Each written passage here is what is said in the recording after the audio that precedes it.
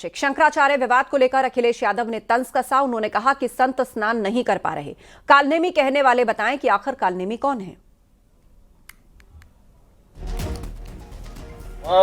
शंकराचार्य जी स्नान नहीं कर पा रहे हैं। तुम चुनाव आयोग के उसकी बात कर रहे हो आप। हम लड़ते रहना पड़ेगा लगातार। कालनेमी को याद करने वाले बताएं कि कलयुग के कालनेमी कौन है। कि कालनेमी ही काल बनकर के इनके आएगा।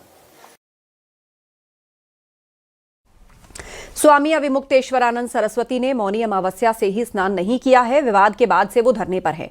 गोवर्धन मठपुरी के पीठाधीश्वर स्वामी अधोक्ष जानंद देव तीर्थ महाराज ने ज्योतिष पीठ के शंकराचार्य स्वामी अविमुक्तेश्वरानंद सरस्वती को लेकर बड़ा बयान दिया। उन्होंने कहा जिसे स्नान नहीं करना है आखिर वो माघ मेले में गंगा किनारे क्यों आए हैं। उन्होंने कहा जिसे नहाना होता है वो बखेड़ेबाजी नहीं करता। अविमुक्तेश्वरानंद की उन्होंने निंदा भी की।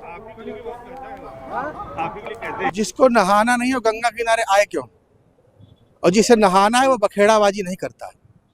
यहाँ पर करोड़ों श्रद्धालु आते हैं, उन सबको विधिवत स्नान करा के वापस भेजना है प्रशासन की जिम्मेदारी होती है। इसलिए उसके बनाए हुई व्यवस्था को सब कोई मानने के लिए आवश्यक है। तो हमारे यहाँ कोई हाथी घोड़ा खच्चर और गधे में बैठ के जाने का, पालकी में बैठ के जाने का कोई विधान भी नहीं। तो वहाँ जबरदस्ती एक नई परंपरा शुरू करके एक अवरोध पैदा करने की कोशिश की गई है। हम इस घटना की निंदा करते हैं और आने दफे ऐसा होना नहीं चाहिए। जिसको नहाना नहीं हो गंगा किनारे आए नहीं। समाजवादी पार्टी के अध्यक्ष अखिलेश यादव ने जातिगत जनगणना की प्रक्रिया पर सवाल खड़े किए और कहा कि जनगणना की अधिसूचना में जाति का कॉलम तक नहीं है। गिनेंगे क्या? जातिगत जनगणना भी बीजेपी का जुमला ही है।